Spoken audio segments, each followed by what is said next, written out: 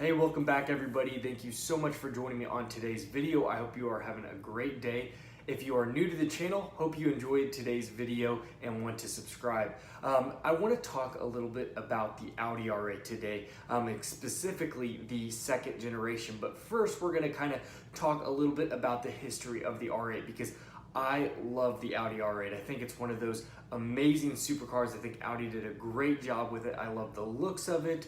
I love the sound of it, especially with some of those aftermarket exhaust kits. It's just an amazing vehicle that has so much everyday livability that goes along with it. But starting back from the kind of beginning, a lot of you may not know, but the Audi R8 was actually debuted in 2003 at the Frankfurt Auto Show.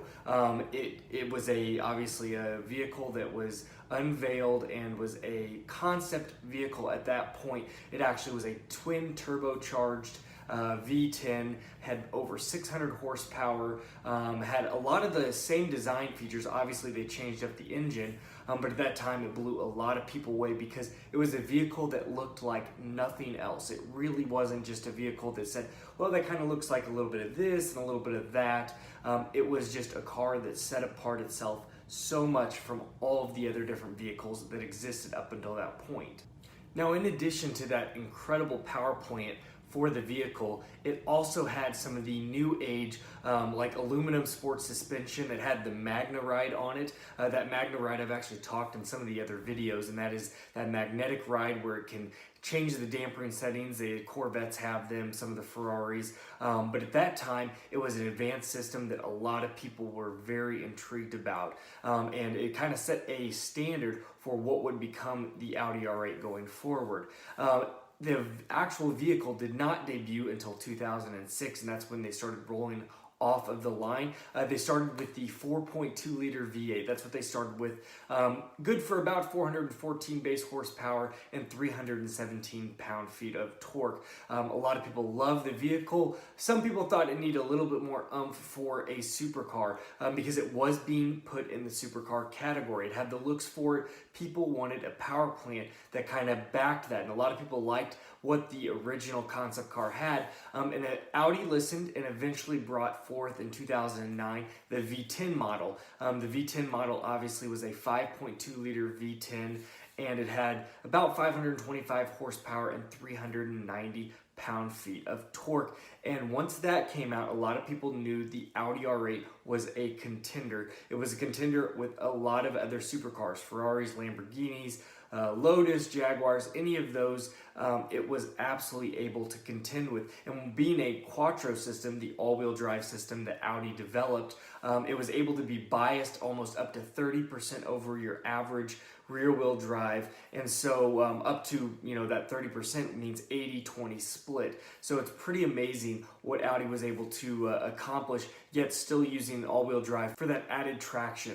Now, after 2009, Audi continued to put out the V8 and the V10 model together, and in 2012 there was the facelift, the upgrade. The V10 got a little bit of a extra boost in power, up to about 550 horsepower, but a lot of the aesthetics is what changed. The front changed, a little bit of the rear, a lot of LED lights were added. It just kind of added a little bit more presence to the vehicle, and a lot of people loved it, and the sales continued to be very good for the Audi R8 all the way through 2016, which is the first generation end.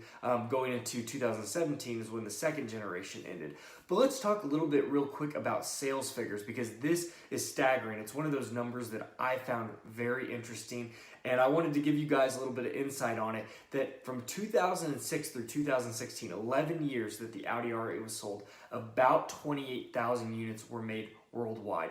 Only 7,500 were actually sent to the United States. And now, to give you a little bit more perspective on that, 7,500 units that were sold over an 11-year period to the US, that's how many units of Mustangs were sold in 1 month last year in the United States.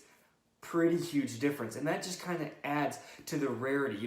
The rarity of supercars is their looks, their sounds, their drivability, what they're able to accomplish, but yet also it's their presence on the road. You don't see a bunch of Audi R8s driving down the road normally. Now, if you live in LA, you may see it more often. You may see in Miami, you may see in even maybe New York a little bit, but you're also not going to see them in the same presence as you see Dodge Challengers, Dodge Chargers, any of those sports cars that you think of as your everyday sports cars. You see those a lot more often. So that rarity factor goes to show you the difference. It all has to do with production numbers, which is just amazing. I thought that was a really cool stat, and I wanted to kind of share that with you guys in the video. Now, my whole point of today's video is I wanted to get actually to the second generation R8, because this is another really cool fact that I think a lot of people don't know. That is, when the 2017 Audi R8 debuted for the new second generation,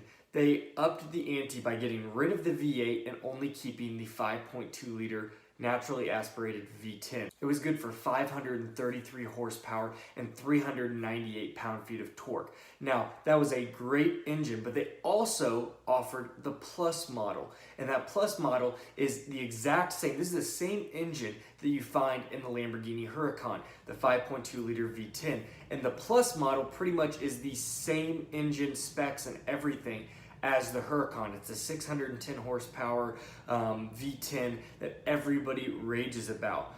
But the fun fact is that the V10 that is in the non-Plus is the exact same engine. There is nothing changed, and the power is still capable out of a simple ECU tune.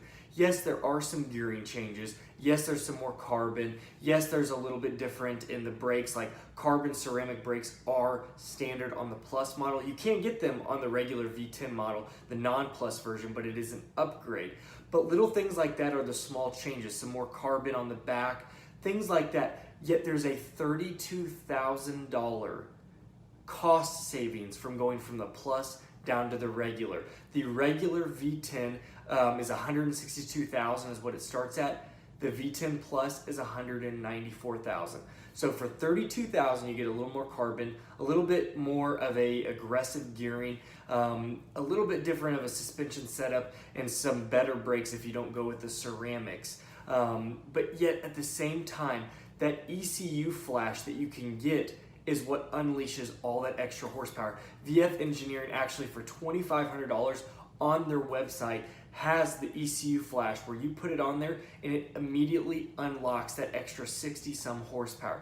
It's really amazing what is capable out of that simple flash. And I think a lot of people did not know that. They weren't aware that that was a factor. And so if I ever look at one down the road, if that is something that I was considering and I looked at the second generation, I would for sure probably not pay for the Plus. I would get a V10 regular and I would go have VF Engineering unlock it for $2,500, and it would save me a whole chunk of money, because that savings would probably be good for close to a package of just supercharging the V10. And now you're talking of a VF engineered supercharged V10 Audi R8. You're talking about an incredible vehicle on a very, very capable platform.